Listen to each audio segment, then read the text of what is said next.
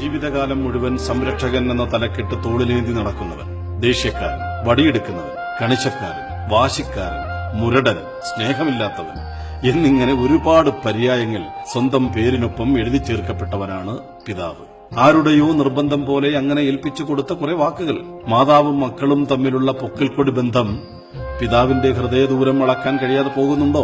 അമ്മമാരുടെ മഹത്വങ്ങൾ എത്ര നാവുയർത്തി വാഴ്ത്തി പറഞ്ഞാലും പൂർണ്ണമാവുകയില്ല.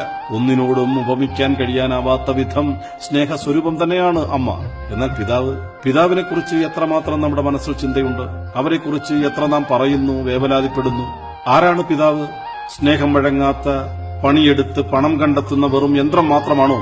ചിരിക്കാത്ത ഉപ്പ, തമാശ പറയാത്ത അച്ഛൻ, എന്തിനും ഏതിനും കർക്കശ നിലപാടുള്ള അപ്പച്ചൻ, ഇതൊക്കെയല്ലേ പിതാവിനെ കുറിച്ചുള്ള നമ്മുടെ വിലയിരുത്തൽ?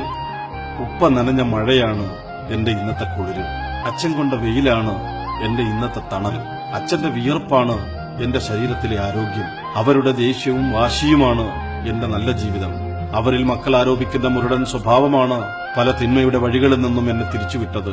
ഉപ്പ ഉറക്കമിളച്ചിരുന്നതുകൊണ്ടാ എനിക്ക് പഠിച്ചു വളരാൻ കഴിഞ്ഞത്. അതുകൊണ്ടാ എനിക്ക് ഉയർന്ന വിദ്യാഭ്യാസം നേടാനായത്. അതുകൊണ്ടാ ഞാനിന്ന് ഉയർന്ന ശമ്പളം വാങ്ങുന്നത്. അതുകൊണ്ടാ എനിക്ക് വലിയ വീട് വെക്കാനായത്. അതുകൊണ്ടാ എനിക്ക് പലതും നേടാനായത്. ആരാ ഇതൊക്കെ ഓർക്കുന്നത്? ആരാ ഇതൊക്കെ തിരിച്ചറിയുന്നത്? സ്നേഹം പലപ്പോഴും ഉള്ളിൽ ഒളിപ്പിച്ചു വെച്ചുകൊണ്ട് നിശബ്ദനായി കരുതലോടെ കാവലോടെ നമ്മെ നോക്കി നിൽക്കുന്ന പിതാവിനെ നാം ശ്രദ്ധിച്ചിട്ടുണ്ടോ?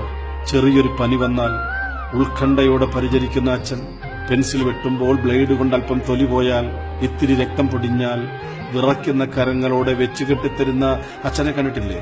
ദൂരെയുള്ള കോളേജിൽ നിന്നും എത്തുന്ന നമ്മയും കാത്ത് പാതിരാത്രിയിൽ അവസാന ബസ്സിനായി പഴിക്കണ്ണുമായി കാത്തുനിന്ന അപ്പച്ചനെ മറന്നു? മഞ്ഞുകൊള്ളണ്ട എന്ന് പറഞ്ഞ് ആ തോർത്ത് നമ്മുടെ തലയിലിട്ട് നിന്ന് മിന്നാമിനിങ്ങിന്റെ വെളിച്ചവും തെളിച്ച് നമ്മെ കൂട്ടി നടന്ന ഉപ്പയുടെ സ്നേഹത്തിന് പകരം വയ്ക്കാൻ മറ്റെന്താ ഉള്ളത്? നമ്മുടെ വളർച്ചയുടെ ഇന്നിന്റെ വഴികളിലെ എന്നത്തെയും ഏറ്റവും വലിയ ശരിയാണ് നമ്മുടെ പിതാവ്. വേദനകളിൽ ഒന്ന് കരയാൻ പോലും കഴിയാതെ ഹൃദയം നുറുങ്ങുന്ന നോവ് തിന്ന പിതാവ്.